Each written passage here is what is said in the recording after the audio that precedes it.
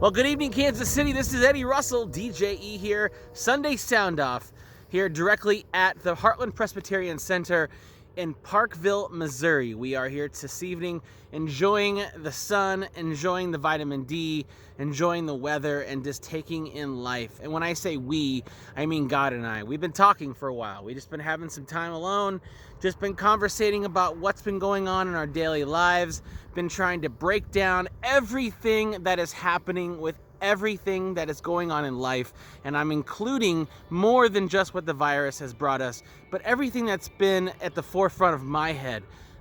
Worried about my daily approach to life and dealing with the anxiety that I deal with every day and handling it the best way possible. So, I've got a lot of stuff that I've been working on and I've been trying to implement to you guys, and I can't tell you how thankful I am for some of you guys. I mean, some of my friends have been phenomenal.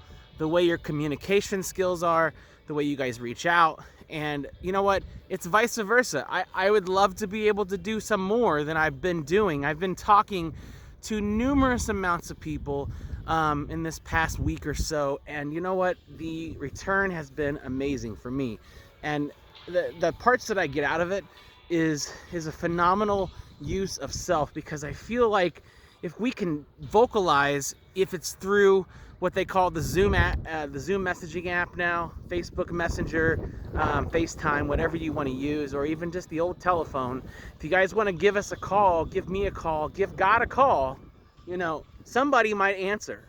Somebody might answer that call. And you know what? I'm not an ordained pastor.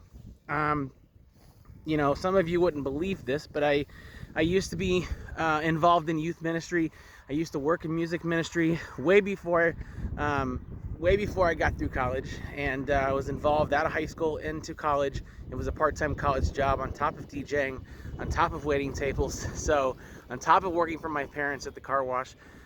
All the little numerous jobs that I had, added up to about just enough to pay rent, so it worked. And but I lost my faith for a long time.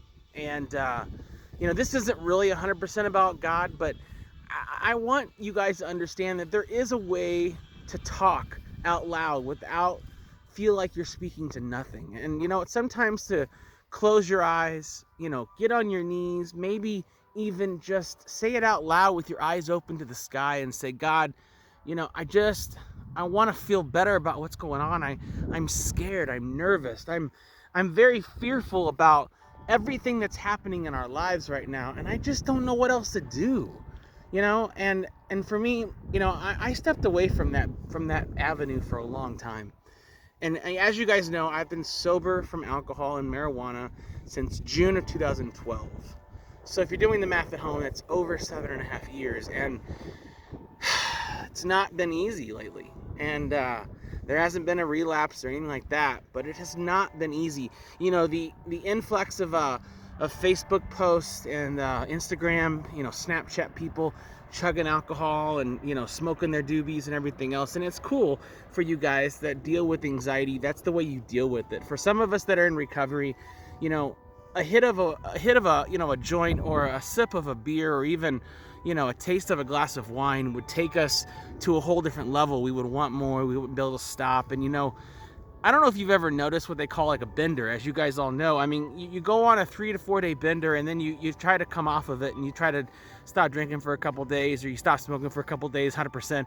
I guarantee that your body's not going to respond 100% great from that. So try doing that numerous times like I did in my life. And I'll tell you what, the detox part was never the easiest part for me.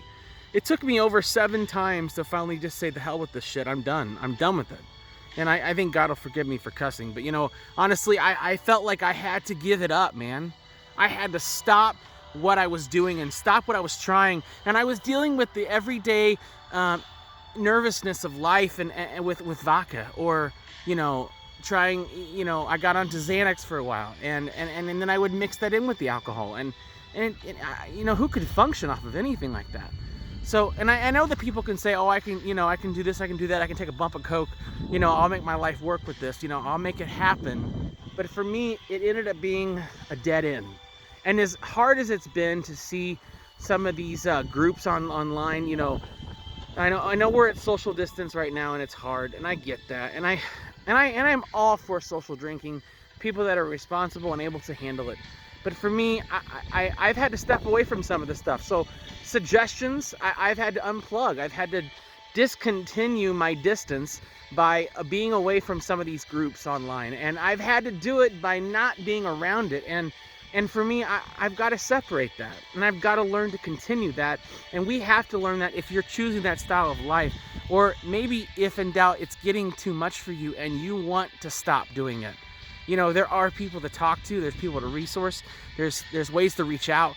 And you know what, for me, I would like to get back to a world where everybody is excited about life. And I know there's some people out there that might not feel that life was too exciting even before this virus, but you know what? I have found for me that God has shown me a lot of things, that my family is very important. It always has been important to me. My career is important to me. The people that are good in my life have shown me that they love me and they care about me, and then there are purposes for us to live, because you know what? This is a very type of disease that kills our mind too. It takes us to another level. It makes us want to not be alive. It makes us not want to be here to experience what we're going through in life together. And you know what? Why should we let this disease conquer us and everything else, including the health, the physicality, and the mental part of the life? And I don't want that.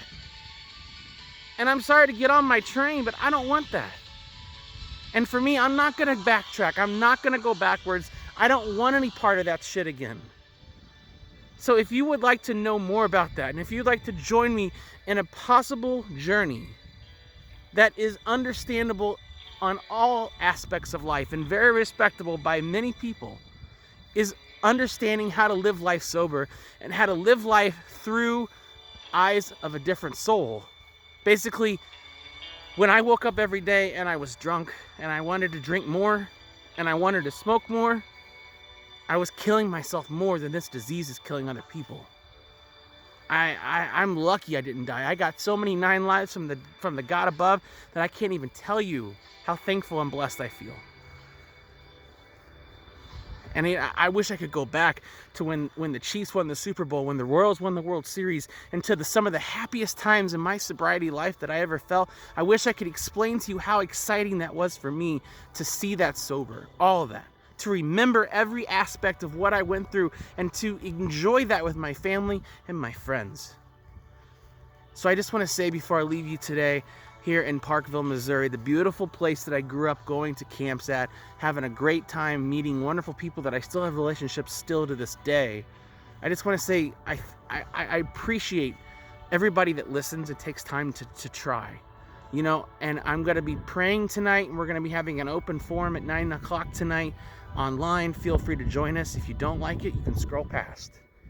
But I can't be any better for anybody else. I can only be better for myself.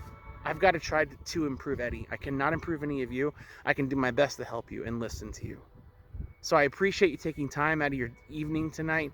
And, you know, we've got a lot of time right now, so I hope I didn't take up too much of it. All right, you guys take care of yourself. And this is Eddie Russell from a very emotional, very special, unique place here in Parkville, Missouri. You guys have a great Sunday night and a great Monday. Try to get some sleep, guys. Love you so much. Bye-bye.